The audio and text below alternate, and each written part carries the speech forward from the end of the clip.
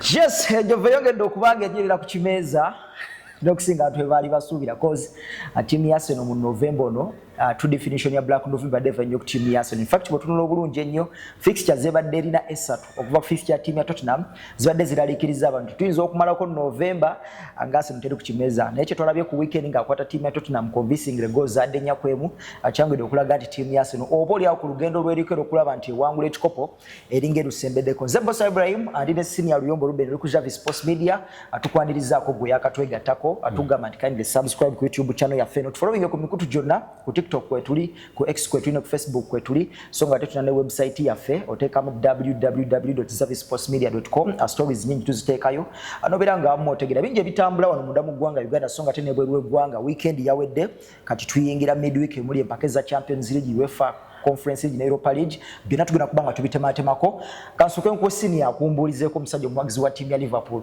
okutali musango Musebe ntano baseba nabanyaba batoleza naye tubota collaborating muntu obo mwagiza kitekiswaza naye mu mawulire bagamba you bias people kastori ategeera buli kyoyogera abalowooza you being biased tubula abanene kisente bakiza na kwambala saati ezo baza clubs senti kive naye omuntu akolabira mu picture yanjawulo beje bitambula no munda mu ggwanga Uganda we tukidde mu lunaku lwaleero amawulire government team ya Uganda Revenue Authority oba URA omutende Alexis Sabirie alabikanga bamutadde Sara bikabula bamutadde and the backroom staff ye okuli Kasule kosa Damba Jamiru goalkeeping coach URA everyday performance yes na siku Crespo URA everyday na performing bulungi so family je mipira musanvu je bazanyi balina mu just win emuyoka bali mu kifo kya 10 boli yawo enzo okubanga yemu ku nsonga lwaki omukulu bamutadde URA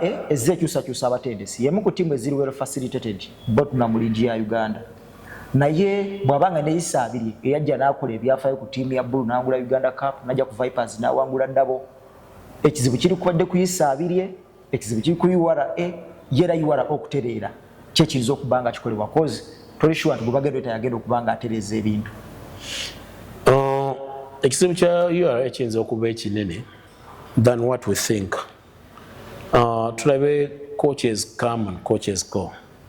Ndowooza kumuba coaches abase mu kuba ne stability nga bali ku URA abamu ku baaso video yaliko kabanga n'abangula ne Uganda Cup bwe baseerabidde.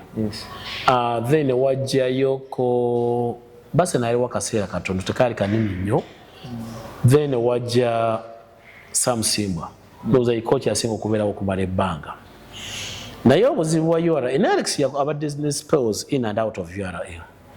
Obuzibu bwa URA ndowooza buli mu structure ya team eyo kyenjo gamba. Mu structure ya team eyo banja abawa ebiragiro.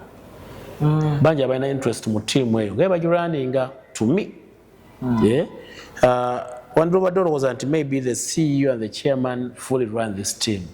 The team ina abantu bangi obereka ebigambo bingi nnyo ono ajja nagamba bossa kino oli najja nagamba kino ono tetujja mukkiriza wano ono tudupungoba ono tuleeta ono so ina abantu ba small gods behind a big god kitegeera nti ate nga decision zaabwe oluusi ziwulirizibwa intrigue mu club wete wetandika URA with all their money nsuubira nti kati yandibadde team zimba structures structures zitya nti ye team esobola okuwa yandibadde ngaesobola okuwa omutendesi obudde najja nazimba kikyayagala and with good youth structures because they have money to invest in that tebaliwo nti baagala nnyo nnyo ebikopo. They do this as an honest share, social corporate responsibility. Tibaina chebazza mu bantu. They've put a team there, they've employed people, and bazanya. Kakati muku invest okuyamba okudeveloping omuzanyi gw'omupiira. Yandibadde nga gye twandabinga modo club. Ng'esobola okuzimba abantu ne baleeta. Ne URA is a team ebeera very active in every window. It's a buying club. Tujja tuga nti there's a player they've built nga cases wenajja negamba nti omwana ono yava mu cases juniors zaffe oba revenue wadde naye oba vipers wadde abamu bajja mu masomero ag'enjawulo naye bajja ne bamupromotinga noga nti natuuse kusinya ttiimu yaabwe we are yet to see nti ttiimu ng'eyo terina nasale bed, it thrives on other players. So kati ne buli coach ajja kiba kimubeera kizibu kati we mubeerawo omuntu nga mutaddewo okugula buli coach aba n'omuzannyi bakkiririzaamu. Tulabye omuntu asembiyo just recently, David Obua. Yajja wende yasooka, they didn't have a say. Bamukugamba coaching abulina. Ne bafuna obuzibu nga abagamba nze bemulina sibaagala. Nina bisaagala nina batasobola kwagala. N'ebizibu ebirala because he came n'abagamba mulina okukyusa bye mulya, mulina okukyusa we musula, because you are ayingira revenue. You are ayingira residential, every game they are going to play. Mulina okukyusa ya musula, mulina okukyusa bye mulya, emmere mulina kulya bweti ne bweti. Kitegeeza birina ebintu bye ba-affectinga abafuna mu bintu ebyo directly. Bw'okyusa ttiimu weesula, wayinza okuba walina deal yaleeta ttiimu ey'okubuukinga okusulaawo na percentage gy'afuna. Olumu nga na kifo ki? Never, okyomanya. As a business person, alina deal gy'afuna, kati yeebe muvudde. Wano gye mubadde mulya emmere, mubadde mulya wa maama gundi abafumbira emmere, bwe bagamba nti kati mulina okulya spaghetti, mulina okulya bikyayinza okuba tasobola byafoodinga. Mulina okukyusa abantu babakola, that's the job lost. So abantu nga bamu babalinyako nti oba temulina kunywa caayi afaanana bw'ati oba biki ebyo, because David Obua when he came ng'ajja ne European setup ye, ebintu ebimu olina abantu mulina okuba ne nutritionist wa club abaganda era mulina kulya kiki, mulina okubeera ne gym trainer oba biki ebintu ebityo nti bigenda ne birinnya mu luwombo lw'abamu. So wajjawo obuzibu kati people within they would fight to get you out. Yaleeta omuzanyi Ruben ate gw'ogamba nti omugoba nga yakajja na buzzi, I would try to get you out. Kati David ne bijja ng'ebintu by'ayagala yagamba bw'oba oli club chairman wampadde obuyinza okookinga ttiimu eno ate tojja kujja kuŋŋamba nti lwaki oteekamu ono toteekamu oli. Linda results so ziba tezijja ask me and ask for a technical report njikuwe obeeko kyokola. And in Africa si kyangu nnyo okubeera n'abakulembeze bwe bati abakuwa liberty. Because abakulembeze b'omupiira bonna mu Africa abasinga they thrive ku lugambo. Ono akola kino, ono takola kino, ono takola kiki.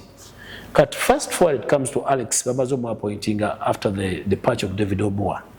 Alex naye mu nfuwinde yasooka teyalina amusse. Yes. Okitegeera. Kati muwinde ey'okubiri ajja kugamba nina abazannyi nange byenjagala. Kati oyinza okuba yaleeta abazannyi oyo tiyabafunako, ono yaleeta omuzannyi wate n'amugoba n'aleetamu ono gwalirowooza oba wakiboggwe, ebintu ebyo bwebityo. So ebirala byo byaffectinga kuwani agenda ku coach wa URA. Kati ekirala wadda ku results themselves, results ziba tezijja because oyogedde mu mupiira 7 agobyeko omupiira gumu. Ekisikadde zibadde draw and with the loss ndowooza. W'otunula mu mupiira gye yatutendeke 38 la season yafunako wins ezaali 17 draw 11 ne loss 9 if I'm not mistaken. Wezito wezaali. So olowooza nti era abantu abamu balina mentality nerowooza nti Alex ajja mupiira nga yagamba if he doesn't lose kasita afuna akabonero, so long as he doesn't lose, the worst result for him should be a draw. Ne kiyinza okuyamba mu games emu 2-3, but a draw against Express might be allowed, a draw against KCC might be allowed, ne a draw against Lugazi oba people will not tolerate it because you're seen as a bigger team nga guki URA.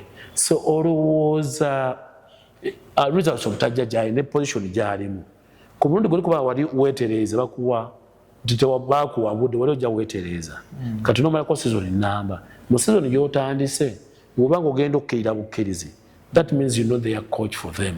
Naye nzirayo nkugamba nti ku mulundi guli era naddayo negamba nti tiimu zino zonna n'abantu ze bakoppa tiimu ze zibadde ne stability ebungereza oba wa the teams zibadde ne coaches around for some good time.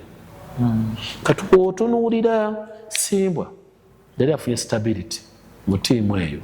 Naye abantu mu Africa abamu balina mentality nti coach waalwawo mu kifo atandika getting used nti nejo badde omukugero ogenda omutiisa asobola n'aba ng'atuukayo it becomes part of you. So Simba kyatuuka ndowooza ku level eyo ng'atuuka ku bakama baabwe kati ng'alina baayitako. But I think Simba would have been the ideal coach wa team eyo. Lwaki team yagigendamu ng'agitandika agiraba aluddemu.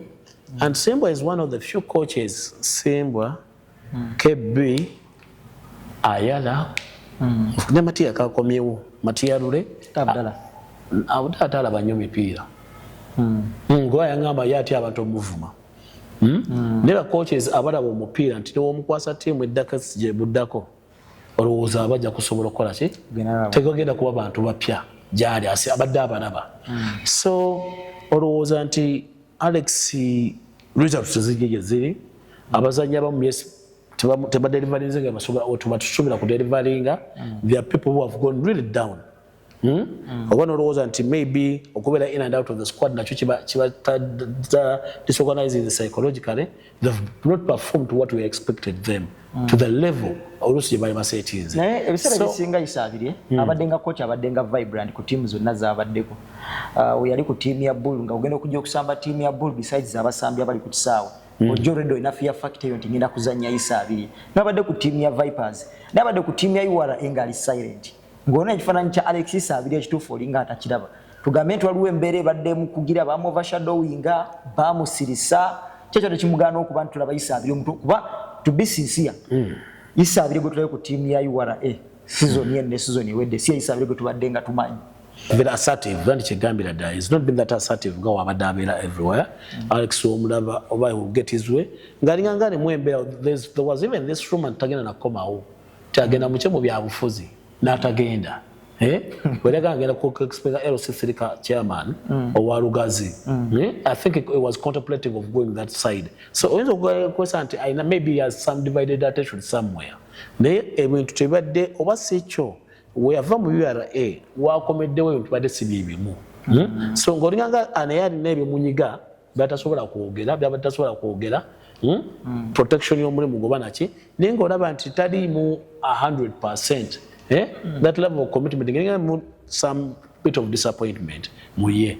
So olowooza okuva URA baleeta Munaba Alan nga CEO abatendesi abayiseewo badde balaga nti bali conversant mukola naye ng'alinga alina amateeka agata. In fact ne mabegakaawo bakajimu Shafiki okuva abamu ku basambi abavaawo CEO nga ye Alan Munaba yavaayo n'ateekawo etteeka n'agamba basambi bano tubawa ssente nnyingi tebaderivalinga according to tubawa buli katugendamu according to performance ye. Tolowooza nti wayinza okuba nga baddeweera okusuka omu wakati wa Isaabirye anti kati nanti n'ekirala nti even the people have not yet embraced the modern way of working.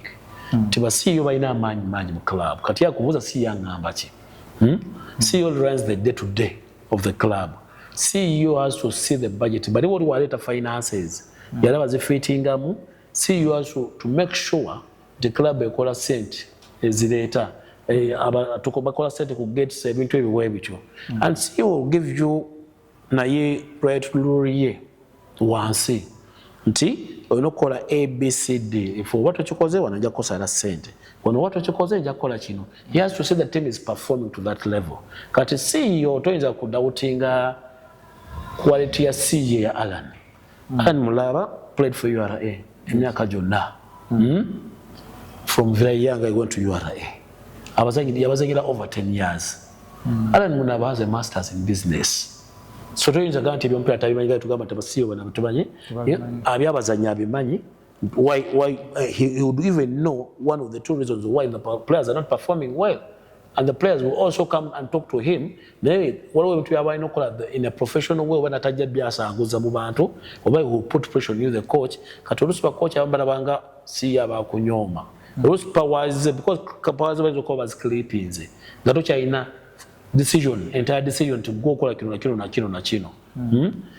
Kati ayinza okuba CEO nga mugamba nti goba wemba nkusabye ABCD ne kusaba konza 5 ne kusaba empiira 10 ne kusaba ki ebisigadde bindeke tujja tekungamba nti lwaki olutakola kino lwaki tokola ki takola kino. So ndowooza even in the next recruitment yaabwe ya coach gwe balina okuvuwa balina outlininga CEO byalina omukolera ne bajja nga bakimanye olusibiira out of bajja nti kuzalawo nga mulimi olwakiyayo bagamba toli ayinza ogamba kati ono si atagenda ku kisawa ngamba ki naye obeera ne siiyo nga yasamba omupiira kiba kyanjawulo nnyo nti alina ebintu byasobola okukyalenjingamu bweotegeera nti ono achallenges ku this kind of thing so ndowooza nti and Alan naye na pride ye nga Alan tojja mugamba kintu yasamba omupiira yasoma ajja kujja gamba ekintu abimu tajja kuwoza naawe so ndowooza wayinza okuba embiranye ku bakochi baba nabo timu ya URA egenda kudako samba timu ya Buhimba abali waka game gye basembye okuzanya ne bachade timu ya KCC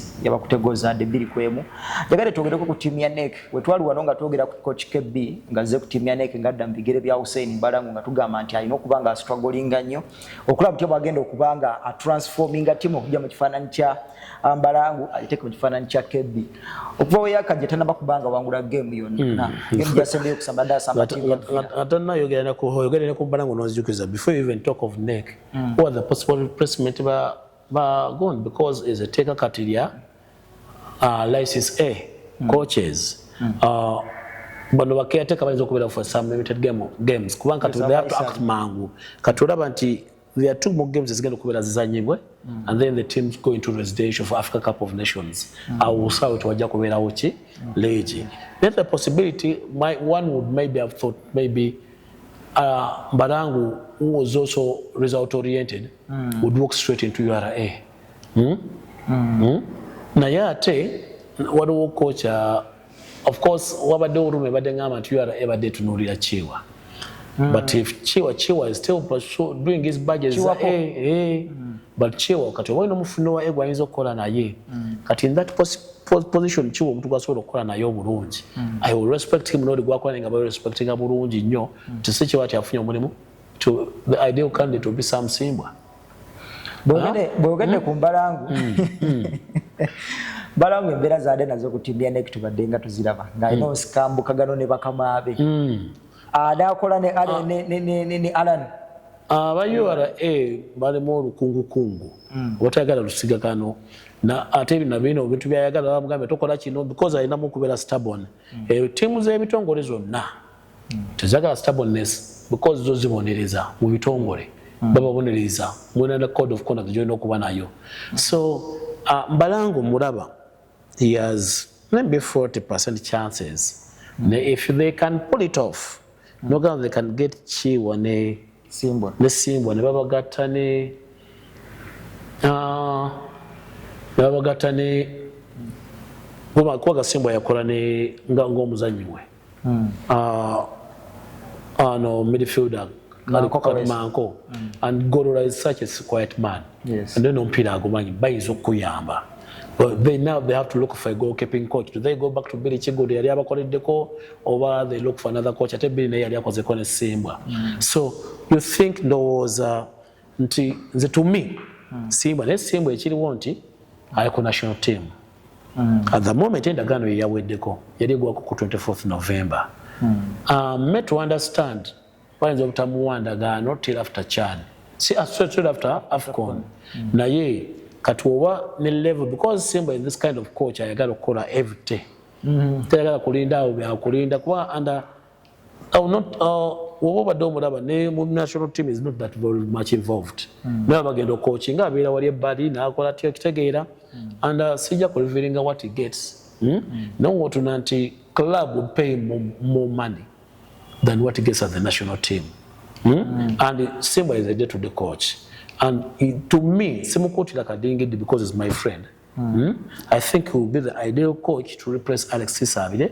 Katuara no acting quick. Can they give him a project convincing for him to abandon the AFCON?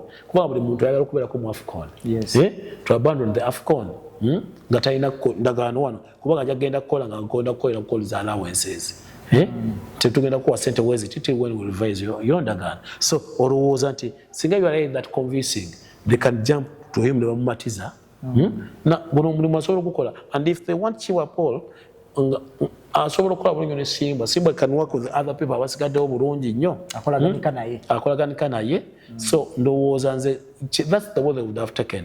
Naye olowooza Hussein Mbalangu would be one of the hottest candidates yatwala ekikopo Jose abadde avuganya wano kati ekinzeeyo mu kifuuzo kye ekya nek kyogambye I would still insist era nkyakiddamu coach Kebby is a very good coach. He is not a short-termism coach. He would work wide enough liberty to do his things as he builds. Kubanga kati whatever liberty jabade na express. Already zibiba ina financially, not so many people want to play with for them. Yagana ne yonongeza abazanyi be nabakuba ekikopo ne bajja ne bazanya. He was alpha and omega as concerned that team to express. Ngobunyiza abulina, so is in that confidence seat. Connect tojja kubeera alpha and omega concerning the pitch. Balina abantu si yagula abazanyi abaliyo. Bamagulira wali abantu abalala abasalawo nti ono akole kino nga webiri mu other institutional clubs. So ate ye muntu omusomesa w'omupiira musomesa wa mupiira. He does things the way. Qualification is a mathematics teacher. He's a mathematics and physics teacher. Kugamba ina element y'ekisomesa togenda kuyigiriza muntu kintu lunaku lumu oba mu mwezi gumu. You have to build him and give him the patience. Kati coach will never have that patience to have KB. But can they send kati twagoba coach along the way? When you get somebody new, he has to fit in. Amanyira abazanyi balina his style of play bukinga mubikola can next send this is a lost season. Maybe try and compete for the cup games, league vehicle, try and compete for the cup games. They have more freedom mayo the time. Kubanga tell muntu na toba magician. Ntogenda ku fixinga ebintu mu dakiika emu obikyuse obodi nga abadde tabikola. So that is where KB is. KB is musomesa ino mukuweebwa obudde. Tuba tojulira mu wabudde ojja mu mazako maza season mugambe look for genda onoonya awala. Sasa nenkuddayo nekugamba with all due respect to Nick and the money they've put in, you don't expect to be a successful club mu myaka 45. But Mbalanga wadde mu kifaananyi ky'okuba successful. Temporal. It's kind of temporary. Oyinza kwangu okufuna success eyo naye ogikuuma tekiba kyangu. You have to be a checkbook now team. Tebuli ssaawa ogula. Ate ekitali sustainable. Kitegeera.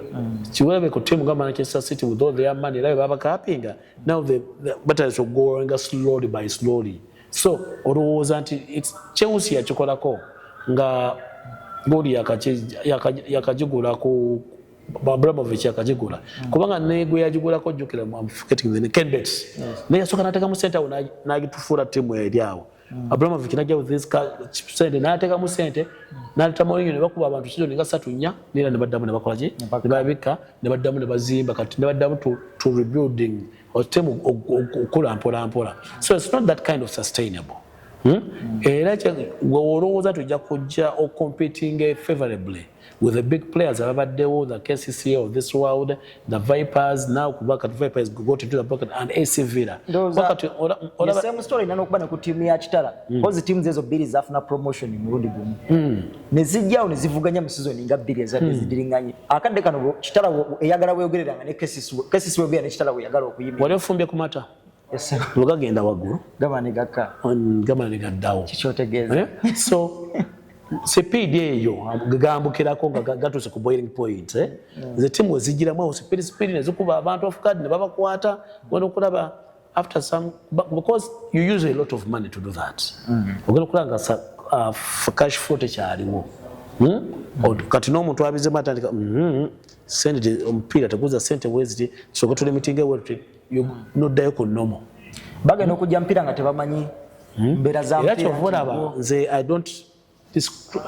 I respect Haji Mandela a lot.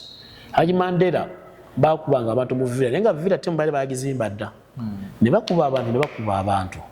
Well, Haji Mandela, the second coming of Haji Mandela, and I think is even far richer than he was. Mu myaka gire egy'ekyenda n'ekinaana naye yajja n'abagamba no tiimu eno okugenda ng'ekula mpola. Kati otuna ttiimu ya Villa weeri saawa zino yeeyagaza. Olaba balina ekintu kye bakola systematic ne bagamba luli yatasaini nga muzanyi asuka $5,000,000. I think era bakyaleko ekyo 5-10. Balina okubeera within the limits abantu be banaasobola. Kyovula nti Kitala gyoyogeddeko oba nenenga nti walaba abazanyi they are out kuba Kasozi yali abasayininga emyaka 2 gyasobola basasula abasinga bane bavaayo abamu kati bazzaayo bati mu that setup tujja basobola bazze eno Kampala batwalanga bamasinale batwala kubeera hoima bituuka ebyo nga tebakyasobola bikola ki bisobola ebintu ebimu so olaba Villa model gye yatutte yokugenda ng'ezimba club mpola Matches ko kesi naye gula abazanyi ne kesi naye n'aba youngsters bangi bejezimba okusinga kubeegula so kati Villa path gye request to go and they are competing well it's one of the team you're to this season they can have a say when they kubeera ba champion bali mu kyakubiri akati they are winning games and they are playing good football with the with the Serbian coach Baina another Croatian Ivica Stankovic as the sporting director is here for a short term. Niyo Mandela chiyamugamba namugamba asagala bintu byakubeera ngo consultings back and forth. What you should do, come and stay here with your family. Right, any family in equality. Nebeera one. Toward the short cut term period. Kati aina n'omuzungu wa reserve team. Jewandise Villa reserve coach. So, but it's in the proper setup ajja. Baba necharinga mpola. You don't hear big names. Ntikati kuvira a player would like a candy you would not even think what the injury will be coming off the bench. You no longer guaranteed a starting position at SC Villa, unlike whichever day in Mabega. To about training Zayoromu, he comes and plays.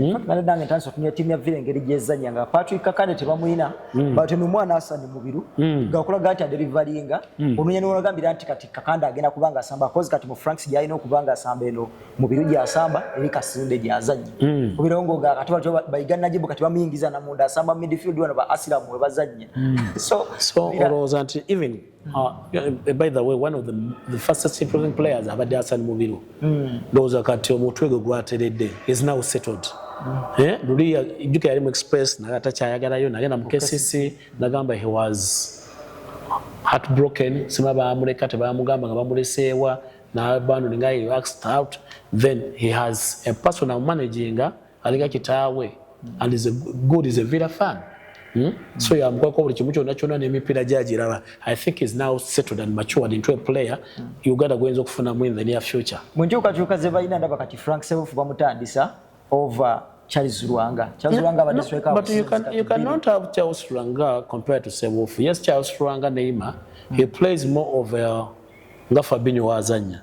He can play you as a number. Sorry, I don't know. Fabinho. Yes. He can play as a number 9. So but as also inverted side in the side, he can even play as a 10. Neymar has that. Neymar won't on your forward.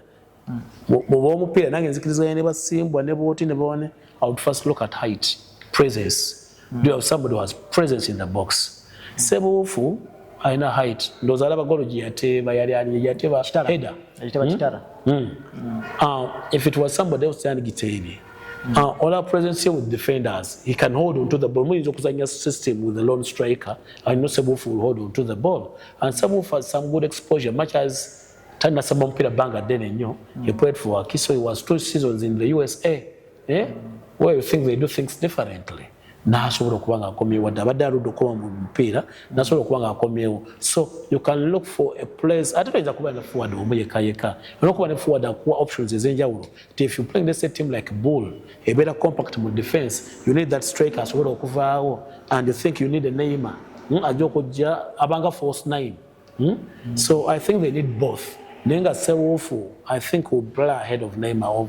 To me, Siganzera nanga wetu nari. Mwigara katuveo tugereke wewe gwanga Premier League ya Bungereza match day 12 empira janyose akade kanemboze ziri ku bantu ekibuzo ani agenda ovuganya obulungi team ya Arsenal. Tuwaddekao twatandika ligi nga balaba team ya Liverpool eringa igenda ovuganya na Arsenal. Liverpool nebange ekivude Man City nebangeze akade kati embozi ziri ku team ya Chelsea. Liverpool yaluzize game ku team ya Nottingham. Liverpool yabadde waka Quanfield Nottingham namukwata goza ade 3 kugwerere akade kano buli omwabuuza obuzibu Liverpool buli luddawa buzibuli ku Ancelotti buzibuli ku bazanyi buzibuli da ku timu ya Liverpool okuba nti kati akade kano bobanga tuzze mu league nga season ewedde gwali defending champion tusubira nti otatungira season eddako gwo mu kwa favorites gwabera bayina in fact n'abantu naye bali babuuza season eno gwegero tandika nti timu beat Liverpool Liverpool Arsenal akade ka Liverpool ku kimeza alina mabega wa timu ya Man U. Ndokoza nzipira katukwana predictions one. Nagamba nti I see Liverpool the hottest favorite, closely challenged by Arsenal. Man City mulanga mu kyakusatu. And everybody was toyinza munyigira kukola such a prediction. Always look at the business they are done in the market. Bagula the best right back or German. Yes. Bagula the best left back or Premier League. Bagula the best number 10 or German. Yes. In this, and then one of the best forwards in the Premier League. Yes. And then an upcoming player as in a German. So they had 5 new players, and they got a good goalkeeper who was playing for Valencia. Now you buy Bamufunada. Na yekati obuzibu wajira nti ogami omuntu atutechi kopo tumusula ku performing awatyo.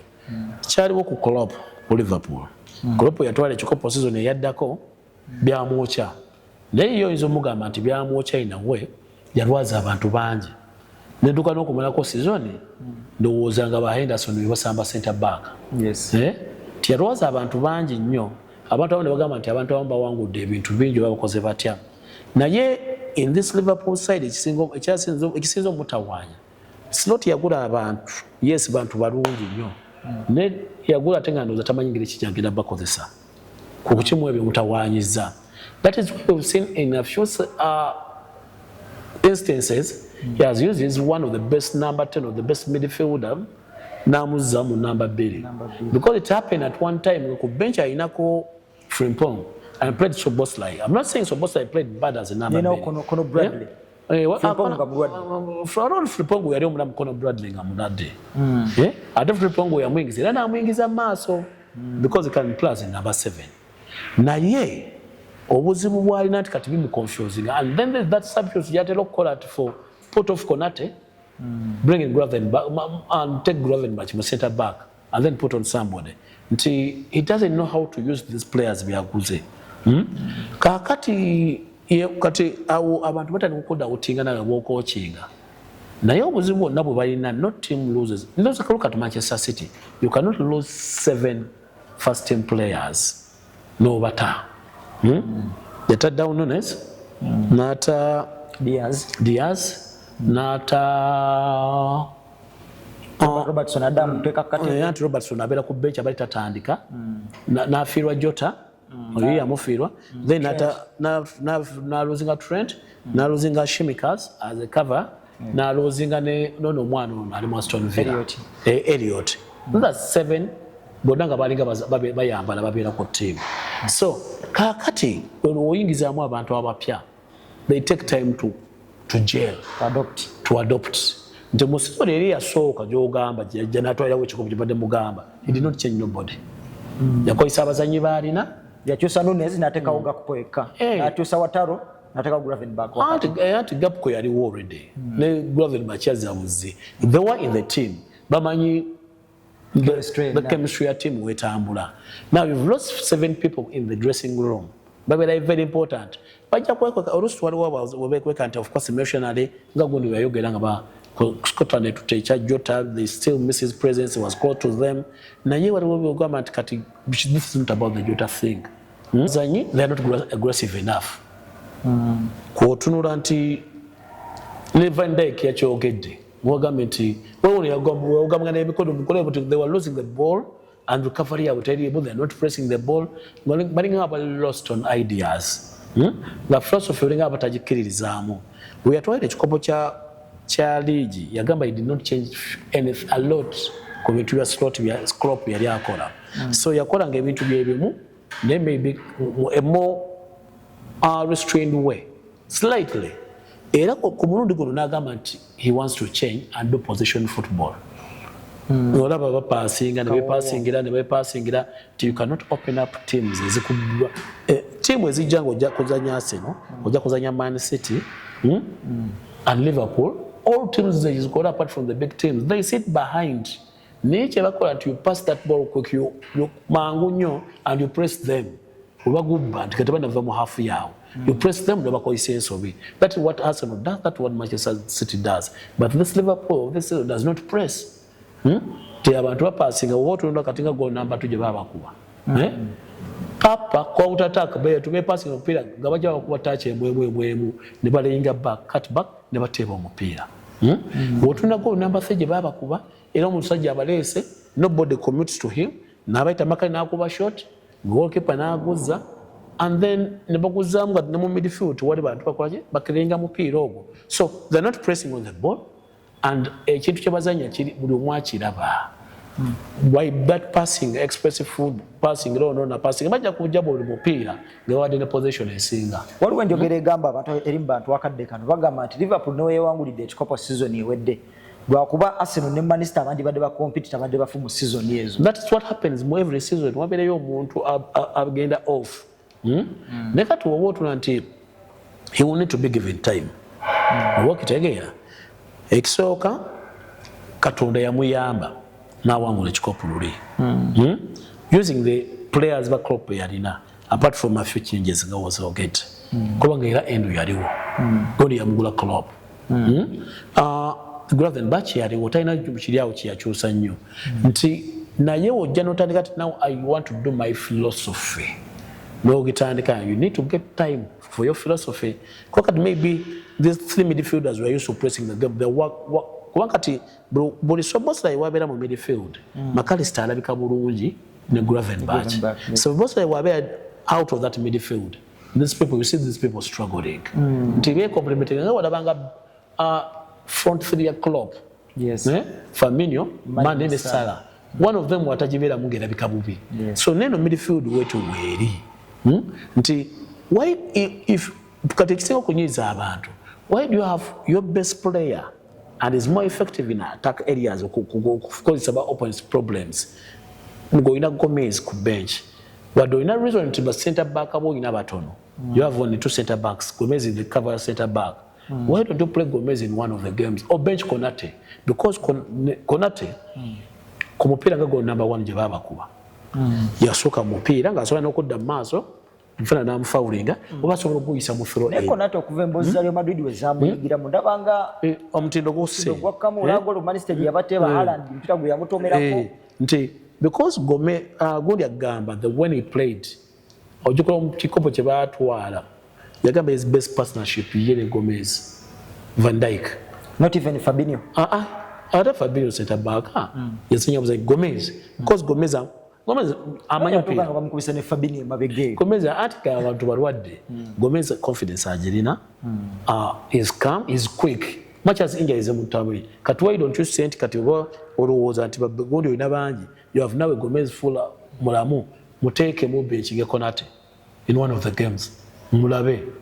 Because Konate mu goal number 1 he was to blame, though ojja kuddayo gambe nti goal number 1 eyo kwagamba refa ajja kuba akonesi jja kigamba kyogera kyo goal gye baba bateeba teina njawulo ndowooza ne goal Liverpool goal Liverpool yateeba Manchester City ya equalizer gye bagamba nti Robertson ya blockinze view yaki ngati ya Donnarumma ngati ya ku side nga goal gye bateeba Liverpool nti ono ya ompira gwayisena ku magulu ge n'aguviira what kitegeza nti ya block is the side kwagamba double standards ezo bajja kugamba if they are not good maybe that goal down early kyandibadde kibayamba naye obuzibu obulala bwe balina nti lapse in concentration y'amaanyi nnyo. Liverpool has lost 6 games in the last 7 games. They have lost 8 games in the last 11 all total. They've conceded a number of 30 goals all total this season. Bakabakuba goal 0-0 nyingi nnyo. So olowooza nti katinga goal gye babateeba nga bakava mu kasenge you are 2-0. The seconds ana 8 omuntu nakuyumba nakube goal eyokusatu. How ogamba determination evaawa era ndowooza nino captain wabwe ngabagamba ne muli kuki okitegeera. So and I don't think Liverpool agenda goba omusomesa oyo ng'abantu bwe balowooza bagenda muwa time bamugambe your target this season. At least he has to finish the season. This season you're top 4 now to qualify for the Champions League. Because you are 7 points clear. Manya, you are 11 points away from the leader. There's no way recovery. But tell you about the one 12 games, 11 away. Muchifumwali. But ono nyo believe I had Newcastle ya Liverpool are leading up on Newcastle. Manchester yajao netwala kwase ne chikopa sene that's but the way they are playing yeah ndikati mu 11 clear musawa zino si kyangu kujja kuyita kubano kosenge tugo tosudde ki tosudde obono singa badde kyakubiri ngoli mu 11 clear we kiri kiringa kati sawa zino Arsenal abantu bajiwadde ekikopo yes oyinza bajiwadde ekikopo naye Arsenal is 7 points clear of Chelsea. Manchester City. Chelsea is champion. And 6 points clear of Chelsea. Now, yeah, I saw was in on those after 12 games. Teams on the 30 teams were they clear of their next opponent until they've gone 7 clear after 12 games. Now I'm saying one of Mukaga. Bulijja oli aba musinga busatu onugwaddaka waatyo so nezire mu kutwala kikopo ye yiso gye batera okugendako and otuna stability ya Arsenal gye balina you think the team china agi breaking sa unless they get a blip ku basanyi baye bonna because kati lwaki nagamba naye ngamba nti otuna squad ya Arsenal depth yayo you don't kati jo ali to mesira on Brazil Gabi bayina abantu bayina center backs nga musanvu Ben White yendo za Afrika na wakusitula mijozi ate naye asobola okujja n'akozanyira they didn't miss Gabi in yesterday's game they didn't miss buli ga Jokeres kati Eze yazze Madueke Eze buli ajja na performing iddewo kyekyenjawulo ate ne Liverpool their buyings have not performed Arsenal all their buyings have performed Eze yogoraba at 13 years he was rejected by Arsenal. Yes. As an Arsenal fan. Nagenda mu team ya Fulham nayo ne mugoba. Nagenda mu Reading ne mugoba. Nagenda Millwall ne mugoba. He was picked by QPR.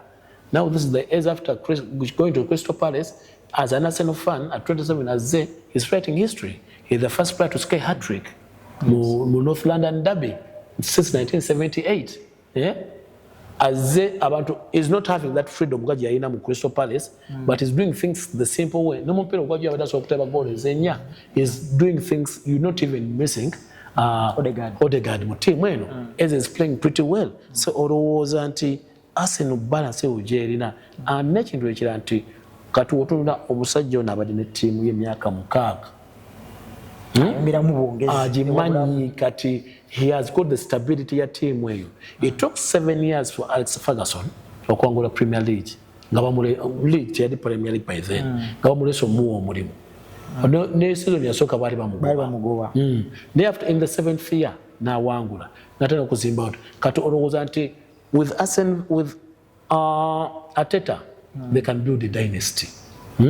Na ye tekikwesiguza nti noga nti kati because they've gone 7 clear of City they are already winners. Yes, to be nti ani anabakuba. They are strong and what? They also nti they are only 12 games played. There are still 26 games to play. It will all depend what happens between now, December, and March. Winter etandise. Oyinza okusika nga badde balina depth bayinza okusikayo omuntu oba nasikamu string oba ekintu kyane kibawo oba ne bagenda mu slump nga buli mumu byakwata bikwatagana tiimu nejja neggwera naye obuuza nti lightning eyinza okukuba mu kifo kimu emirundi ebiri Arsenal bagenda gigula emirundi emeka the way they are how so they are okuva mu number 1 paka yebale so you think bayina 8% let them give them okay 70% at this moment to be champions. But I can't rule out Manchester City. What the Newcastle yamukubya omupiira. But you see, abo bababira nabo benyine. Niye babadde ba beneficiary ba such decisions emirundi mingi nnyo. Abo bakubidde kana akano omupiira. Kano ka Foden bakakole mu box and you'd wonder how that is not a penalty. Naye olowooza nti naye tumwerabira abantu bonna bonna nti Pep naye azimba team mpya.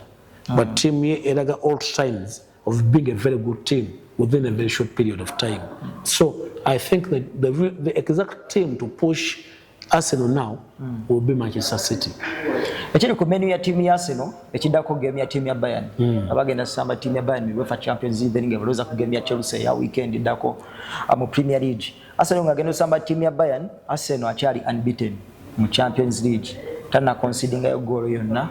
Bayern na yali unbeaten. Bayern yali waggulu, Arsenal ali mu kyakubiri. Batujja mu game eno Bayern ndoza ye ali unbeaten totally muri season eno yonna. Tanafuna buluzi yonna just ina mama lige yakola ne team ya Werder Bremen a weekend yalingo jeko weekend tunagenda mu international break.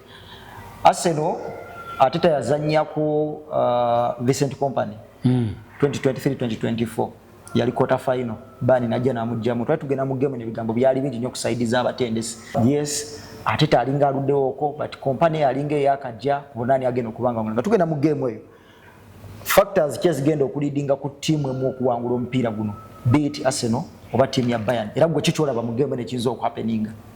Kyendowooza nti yes Bayern abadde akuba abantu abakubi okumala ebbanga ate n'omuntu gwe babadde baguze Diaz abadde afeeteza bulungi mu tiimu eno. Ekusooka the absence of Diaz is going to be very key for Bayern Munich. Diaz is aggressive. An aggression ya Premier League. Lacking a side yaki ya Bayern. Never boy badde otunula ku results za Bayern for the past 3 weeks. Team ezisinga zibadde zibasookayo.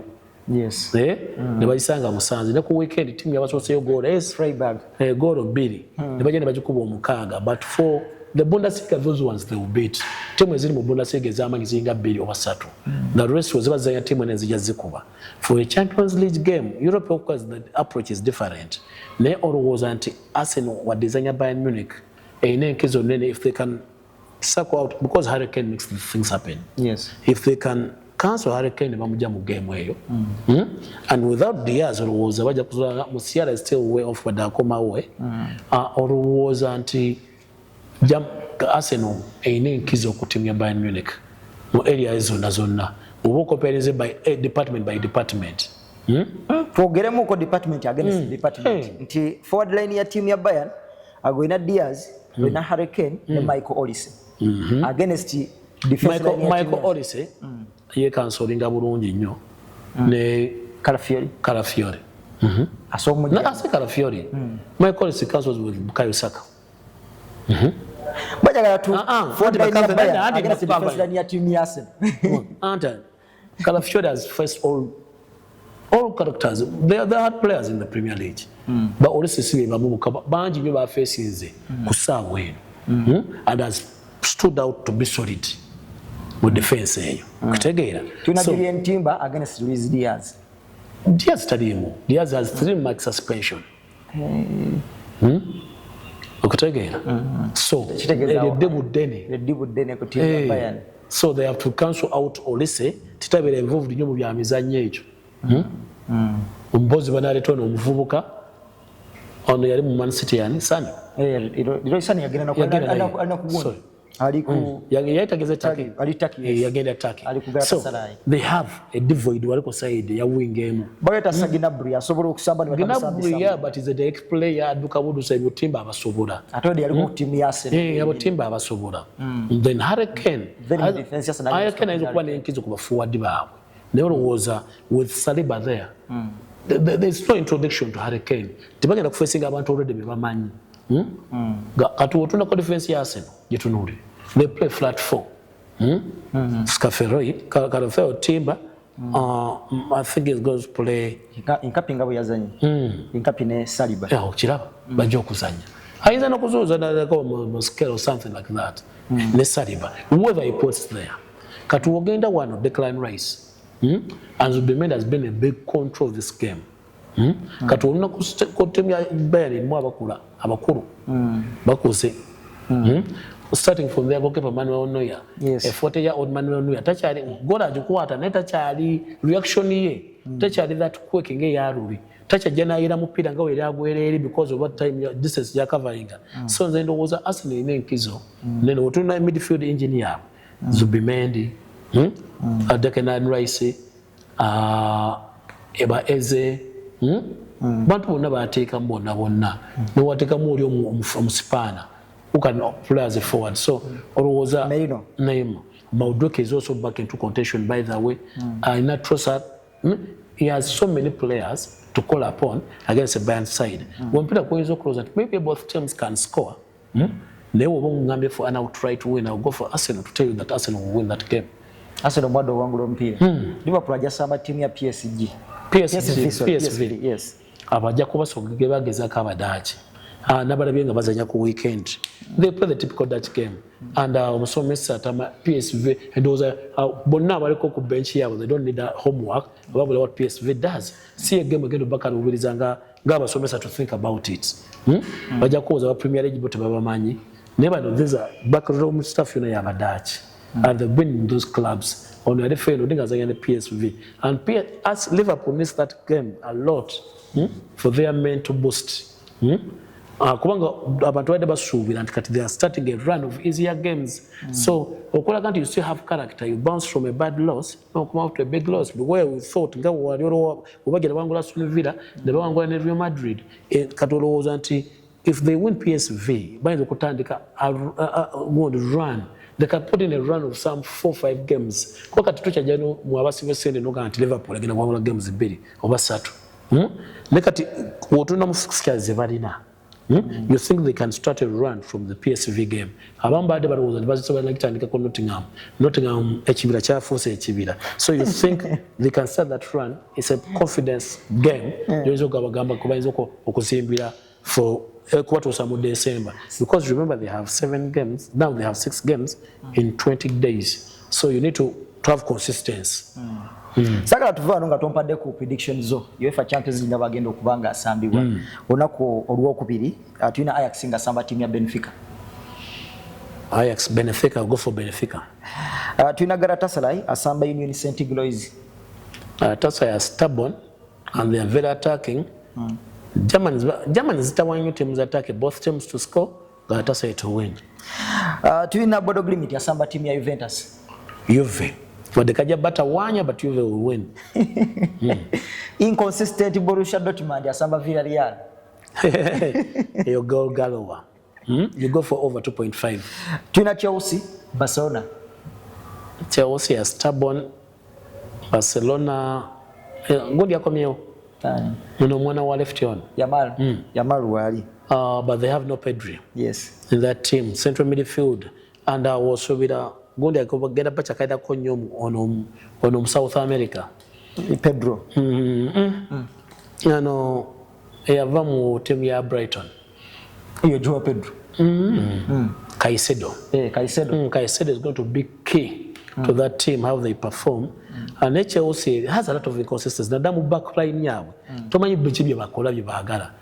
Where is the game? Stamford Bridge. Compare with Stamford Bridge. The Brazilian in front of the Chelsea ngawo game back batawanya. They attend Barcelona back agitawanya nyonyo. So gwempira golo was at teams zombi okweteba. Mpira gwera mu goals nga 3 ku 2. But I think Chelsea inzo kufuna result. Chelsea inzo wangula. Tuina Manchester agenda kusema Bayer Leverkusen. Manchester will beat Bayer Leverkusen. Olympic Marseille asamba Newcastle. You see draw. Slavia Prague agenda kusamba timu ya Atletico Bilbao. Bilbao very inconsistent. Barcelona yamukutenya. Bamukube cyane golo. Slavia Prague 1x. Finally Napoli agenda kusamba Karabag. Napoli win. Akale nawo ali eyo osotuwa predictions zo kumpia jirungabe jigendo kubanga jisamba iyo jalwa kubiri joka wano jigendo kujja kuna ku Roxa tusonga ate ku Rokuna wali Europa League ne Europa Conference.